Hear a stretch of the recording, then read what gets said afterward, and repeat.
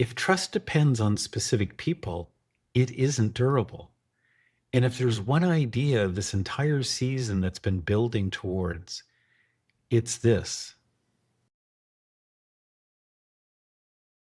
Welcome to the season 1 finale of A Blueprint for Building Public Trust. I'm Kent Waugh. Over the past 7 episodes, we've explored how trust is built and how it's lost, not in dramatic moments, but in the spaces between them. We've seen what happens when engagement gets overwhelmed by the loudest voices, when the silent majority is never reached, when communication pauses and silence fills with speculation. We've seen how low trust creates friction, delay, rework, cost. And we've seen that trust doesn't build through effort alone.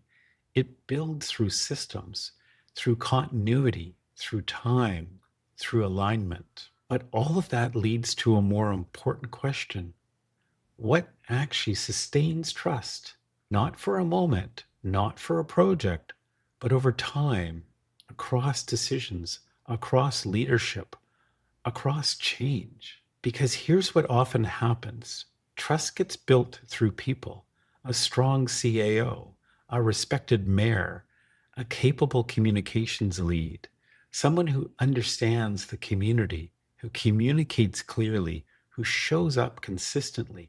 And while they're there, trust grows.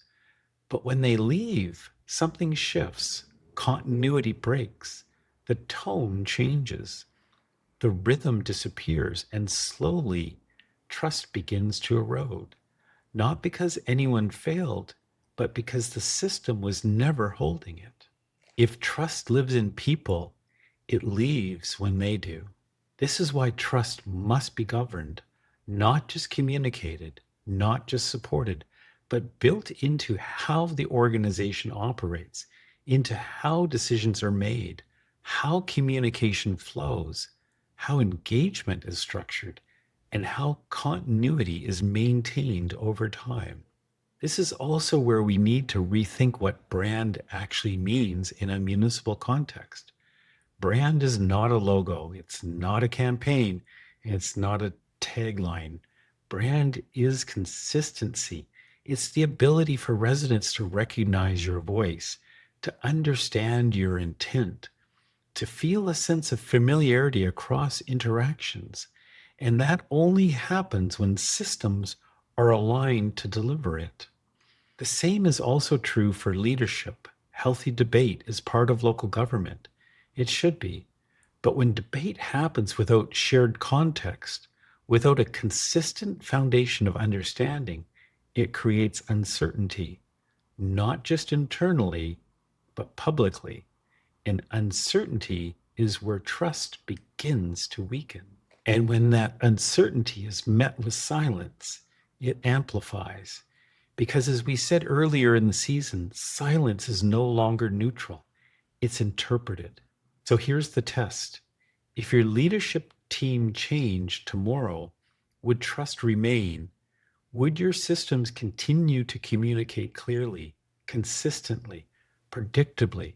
Would residents still recognize the municipal voice?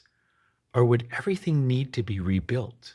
Because durable trust is not built through good intentions, it's built through design. Durable trust means residents understand how decisions happen. They recognize how communication shows up.